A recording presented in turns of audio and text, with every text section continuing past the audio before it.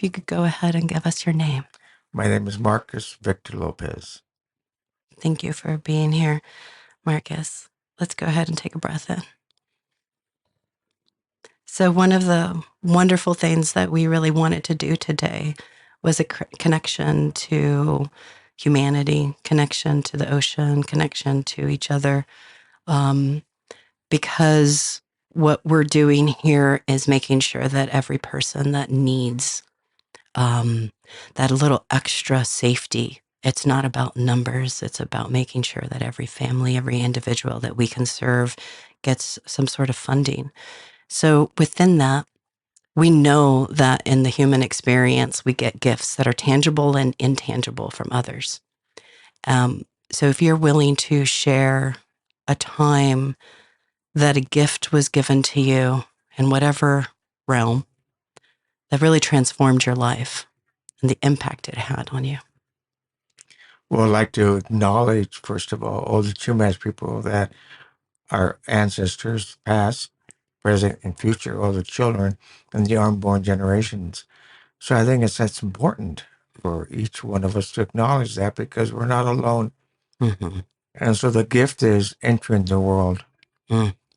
And within that, the belief systems of many people and the belief systems are different. And belief systems of Chumash people are a lot to do with not Christianity, but reincarnation and recreation of your soul into another body, whether it be ant, plant, or insect life.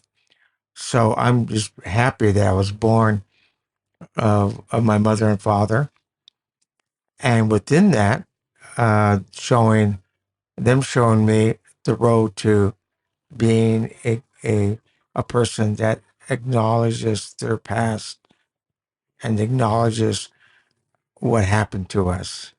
And I think one of the things I was talking to young ladies that the world exists between the givers and the takers. And it's just too bad that there's a lot more takers than there are givers. We appreciated, we sang today because we develop our language, Shmuish language.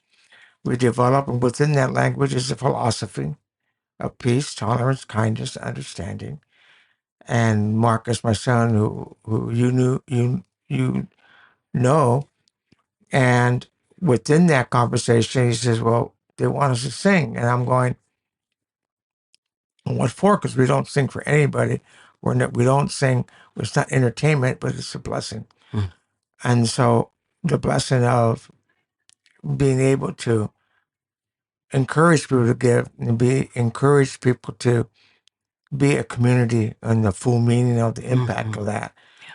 And so I live in an area called Montecito, but within that, it's about, we lost 2.5 homes during the flood, and a lot of people did give us the opportunity to help us along the way. We still need a lot of help, but that's beside the point.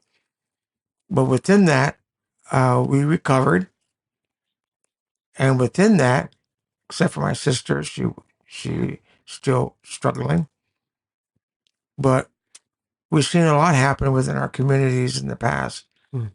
I know 75 years of my existence. And then with my dad, he was born in 1898. And my mom around the early 1900s, she never gave her date of birth. And they met in Port Hueneme during the Second World War. She was a resistant riveter. My dad was working for Port Magoo and Hueneme. And within that, they had us, and we grew up in Montecito. But within that history is the history of this area, which is, I think, is different. And within the beach area, this is one of the oldest, the largest villages of the Chumash people, the Suktun. And a lot of people don't realize that. And the way that we appreciate it is we appreciate being one of the loveliest places on earth here in Santa Barbara. But within that, there's a lot of people that come from other areas and a lot of people that are not as fortunate as with as with each other. Some have money, some have don't. Mm-hmm. And this That's is right. this is Santa Barbara, a very rich area.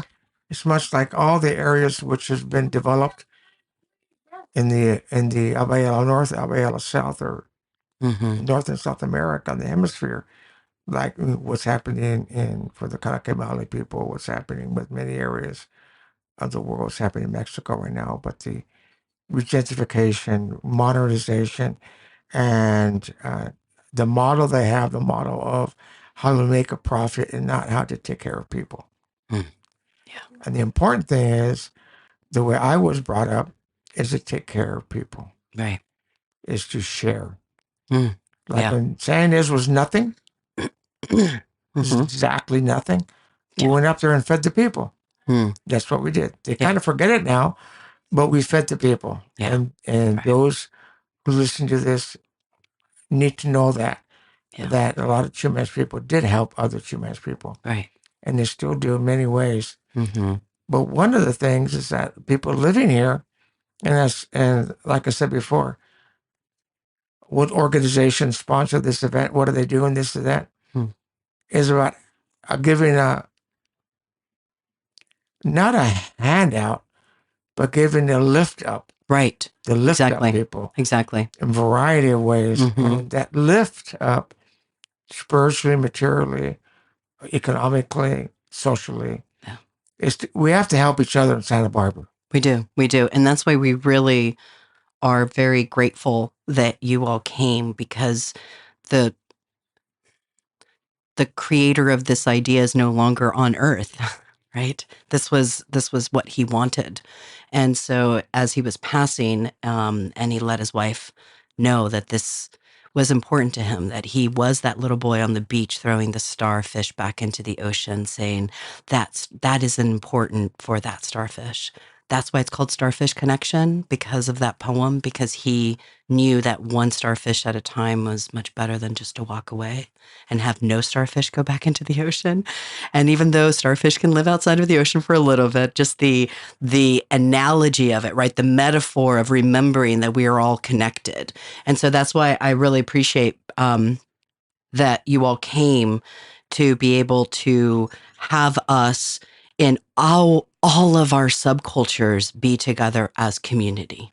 And one of the things about that is Native people, Indigenous people, always feel that their belief systems is always everything's interconnected, interrelated, Mm-hmm. and within that is that we're the ocean. We're in a very special place here in Santa Barbara, in the Tri-Counties area, and then we need to take care of it. And we need to take care of it in the sense of take care of it where the people live here too. Mm-hmm. And then it's commercialized, it's regentrified, it's a lot of restaurants and hotels.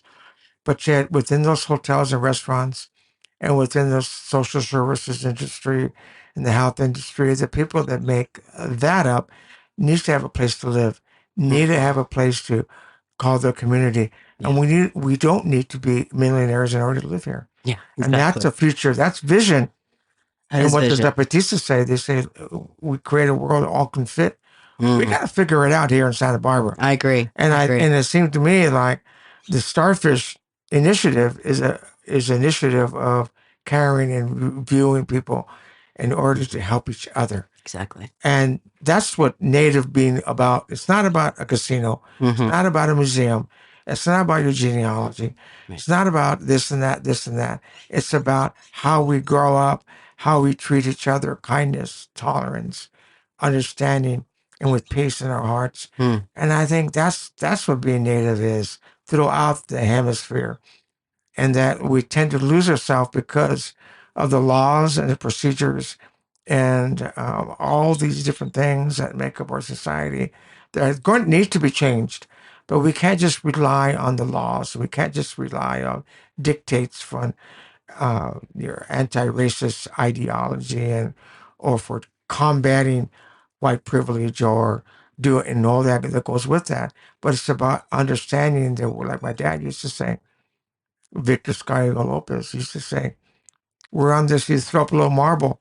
He'd say, we live on this earth together. Hmm.